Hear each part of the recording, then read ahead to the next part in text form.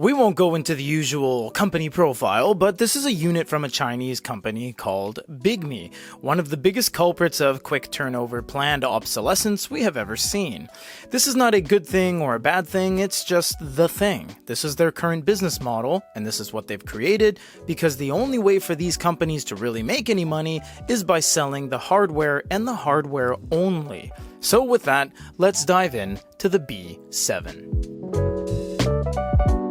As always, we do thank Bigme for providing this sample. Now, we're going to approach this review a little bit differently than usual, in that, look away now if you're not interested, we are not going to look at reading, manga, PDFs, or any of that. Reason being, this is so running in circles when it comes to this type of device that we're going to look at the different things that make it any sort of unique, which is the case, the pen, the camera, and the 4G capabilities. So you have been warned. If you don't like that, hit up the next video, but for now, let's look at the Bigme B7 and its innovative features.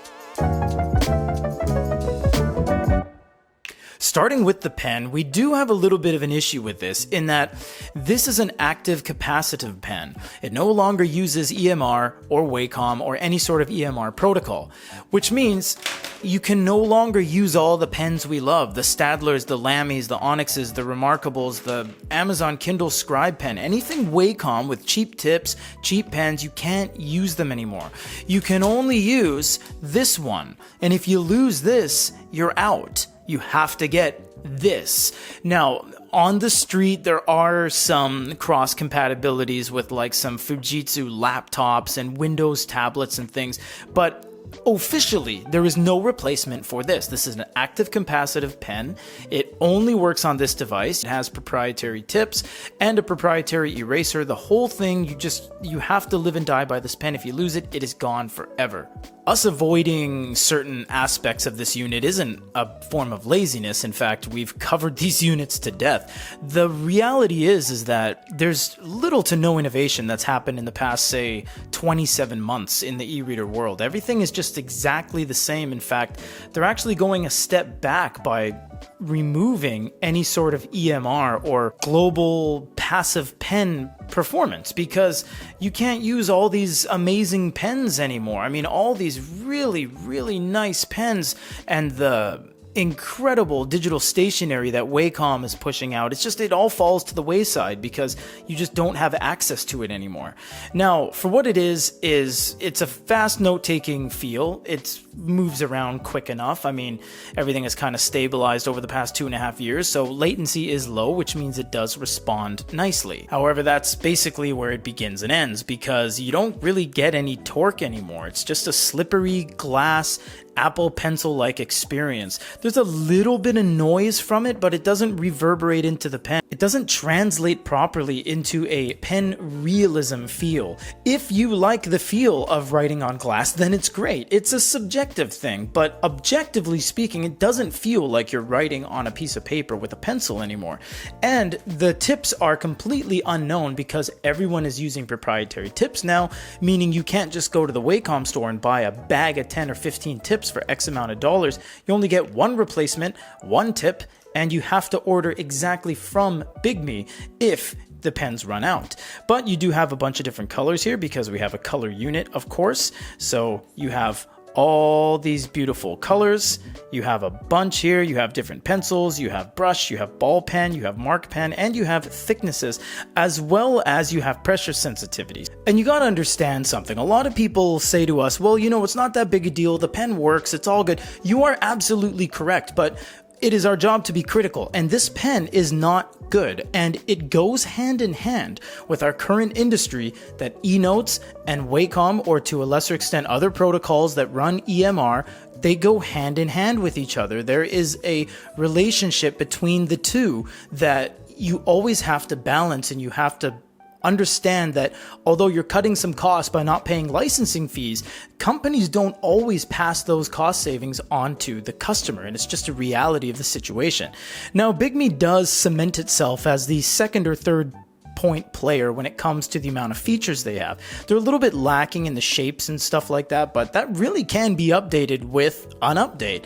Onyx has about 5 times the amount of features and coverage that these guys have. But overall, honestly, there's not really too much to complain about the amount of things it can do. You have AI, you have a bunch of different toggles you can do with OCR, text recognize, you can change language packs, you can move the palette over to the other side, you have a bunch of different pen customizations, and you can change your template to a lot of different templates. You have Office, you have Learning, you have Default, and check this out, each one of them has like 6 or 7 different swipes. So as you go down, you just get you get financial report drafts. I mean, it is quite, they really do set you up for a lot of that, and I do appreciate that. And you can sideload in your own. So from a note-taking perspective, it does get a pass because honestly, to the average person that just buys it and says, oh, here's my stylus pen, boom, they use it, it works, and there's really no fault in that.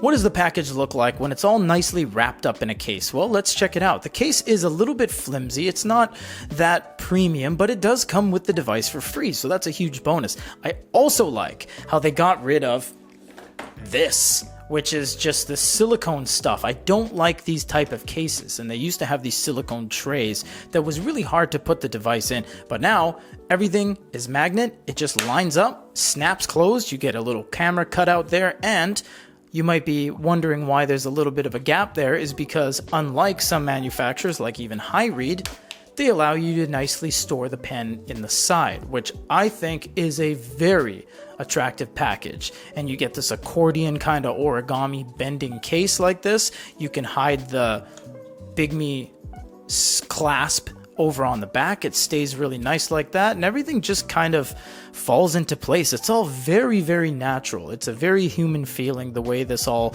kind of works together. And if you don't want the case, you just snap it closed, put it off to the side, and away you go. The case, it definitely does boost this product's viability because it is free and it's kind of nice. Next, we printed out this generic Adobe PDF file piece of paper because it doesn't really matter what we show. And what we are showcasing is document scanning. So because this does have a camera at the back, you can click Scan Document. You then click New, and away you go. Once you center everything, you can now click the OCR image capture in the gallery right there, and make sure you have your Wi-Fi on for it to work. After it recognizes the text, we can compare to see if it picked everything up. Now, although the image is blurry, don't worry about that. The actual camera sensor is the same kind of sensor you will find on most kind of smartphones. It's just that the screen we're looking at on is black and white and made of e-paper particles, essentially. So there's a little bit of issues when it comes to the formatting of everything, but overall it did look like it captured most things, including complex characters like the restricted top right corner R, and I'm sure it would do copyright and trademark and all that as well. Furthermore, you can click on things and you can alter it using different keyboards and voice input and everything else. After you're done, you can click export. You can choose the thing you want, click confirm, and you can export it in PDF or text. Once you do, it is going to save it directly to your storage, in which case you can go view, you can click on it, you can open it with whatever is on your unit. We'll just choose X Reader.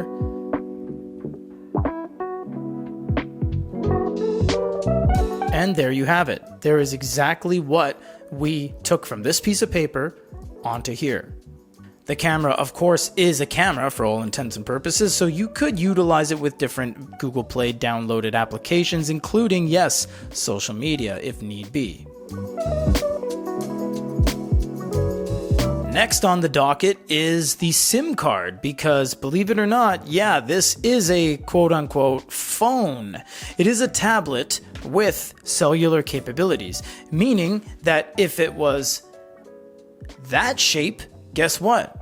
Now you have yourself a bar smartphone, but it just so happens to be more square, but that doesn't mean it doesn't work. So let's pop out the SIM, put a SIM in, and check it out. So we put in a Fido/Rogers wireless SIM card, which is the same as, say, Sprint or Verizon or T-Mobile. And you'll see when we go to network and internet, mobile network, you will see that it is an active SIM, FIDO, and if you check the very top there, we are roaming because we're in Japan, but it does function, and we have full 4G bars. So we have full reception, roaming. You can turn on or off your mobile data, you can turn on or off your roaming, and you can utilize 4G calling. You have different advanced information as well. You can alter your APNs if you need to change your access point information or what have you. Everything is totally working for all intents and purposes. Yes, this essentially is a phone.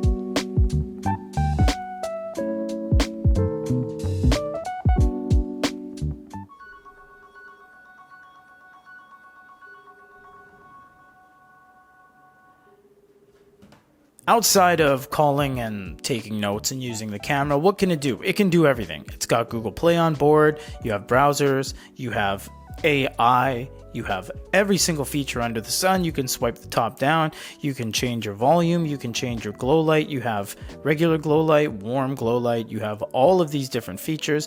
You do have a flashlight on the back as well with that flash package, so much like any smartphone does. You do have some settings as well. Settings will give you all this information, tons and tons and tons of information, including a questionable after sales service, which has been hit or miss, has been reported to us. You have power management, you have stylus calibration, you can page turn up and down the keys, and you can assign them to different things. D-pad left, D-pad right, volume up and down, etc., based on the kind of application you want to use. But all things considered, can it be used as an e-reader? I mean, yeah, but that's not really what they've even brought to the table here. It's not what they're advertising, it's not what they've given you bundled into the box. So much of this screams not an e-reader than an e-reader itself. Within the recent 2 or 3 years, there have been little to no innovation into these units. Everyone is just removing features and then adding them back later, only to come full circle to what we've seen 24 months before. There's nothing wrong with this unit, not at all. It's very capable in most all ways. But that's just not enough for the consumer to have any real interest anymore. They're not doing anything new, not doing anything innovative. In fact, the removal of passive EMR, aka Wacom, dictates that they are in fact taking steps back instead of moving forward. If you guys agree or you want to leave your thoughts, leave a comment down below, and we will see you on the next one. Thanks for watching.